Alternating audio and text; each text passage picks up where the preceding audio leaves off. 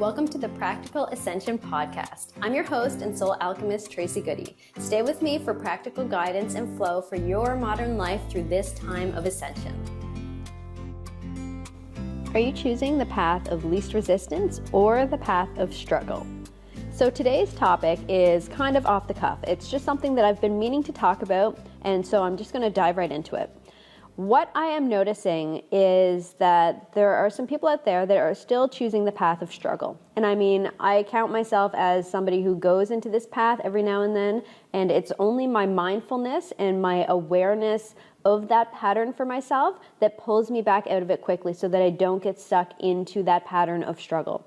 So how you know if you are on the path of struggle is fairly simple. You find yourself struggling. It could be across all areas of your life. It could be one or two areas, but you're choosing that path. And that could be something that triggers you and something that pisses you off whenever you hear it. But it is the absolute truth.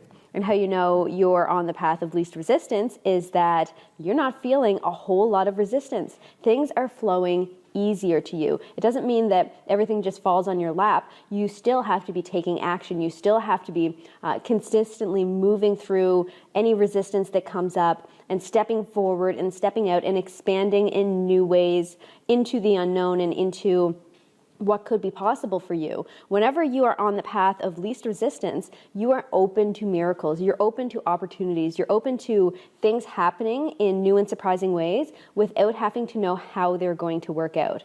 When you're on the path of struggle, you need to know how things are going to work out. And if you don't see a way that things are going to work out, then your energy is closed off from allowing something good to happen. Your energy is closed off from allowing an opportunity or a miracle or anything amazing to come into your life. So how can we start to shift this? If you're saying, okay, well, that's great. Now I'm realizing that I'm on the path of struggle in this certain area of my life, but I want to stop. I don't want to do this anymore. I want to get off this wheel of constantly being in this energy of struggle, and I want to step over into the wheel, the path of least resistance. That's the one I want to be on because it's fun, because it feels better.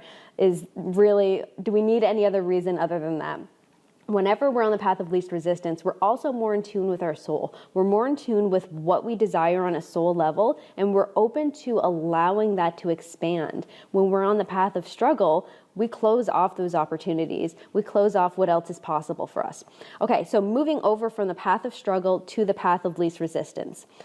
You can always be taking action on this. You can always be doing something to move from the struggle to least resistance, no matter where you're at. It doesn't matter if you don't have money to pay for a coach, if you, can't afford to go on a vacation. You can still be shifting over to the path of least resistance. So you can do this with whatever tools that you have.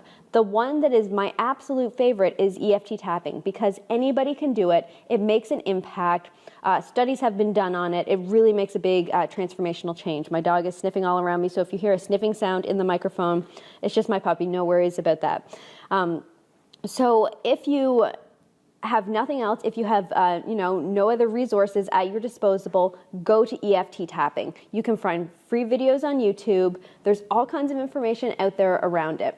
So how EFT tapping is going to help you move from struggle to the path of least resistance is it's going to allow you to start looking at why you're in this pattern of struggle, why you are choosing to stay in this pattern of struggle. Look at some of the limiting programming and the limiting beliefs that are coming up. So one way you can get kicked off with this is write out your story as it is right now, your reality, what's going on for you right now. This is what's coming up for me right now. This is what's going on for me right now. Write it out as it is, because whenever you continue to tell the story of as it is like that, you're going to get more of that. So it's like whenever you are telling people about your struggles and telling people about these things without following it up with, and this is what I'm doing to change it, or following it up with, and this is how I overcame it. When you're only focusing on the struggles and staying stuck in that place, it's like you're playing that song out to the universe and you're saying, this is my life and I want more of this, please. This is my life and I want more of this, please. But I'm sure that you actually don't want more of it and you don't want to be playing it out to the universe. So first, get it out on paper. Say, you know what, this is what I'm telling, this is the story, this is what it is right now. That's okay. This is where I'm at. So your first step is to accept this is where you're at. If you cannot accept this is where you're at, your first step is to be doing EFT tapping on that. Read the story and tap through the points. You don't need to be a specialist. You don't need to be a certified practitioner to tap through the EFT tapping points while you're focusing on the story. Breathing, setting the intention that you're releasing and letting it go, setting the intention that you're calling for divine support and help on this, setting the intention that you are open to a miracle on this, setting the intention that you are open to accepting that this is where you're at right now. Do the tapping through the points until it doesn't have that huge energetic pull on you anymore. Then once you've calmed yourself down and you've done some deep breathing, you're connected into the earth. It does not cost any money. It does hardly cost any time or energy to connect into the earth. And it is ridiculously beneficial for getting on the path of least resistance. So already 2 things, EFT tapping, grounding. Get those 2 things and you're already starting to move to the path of least resistance. So you've written out your story, you've done some EFT tapping, you've released the energy around that. Then you want to write out a new story. So you don't have to write out a story that's like ridiculously amazing that you can't even comprehend it yet, but you want to write out something that feels good, that feels better. And it shouldn't just be a bare minimum thing. It should be something that actually feels good to you.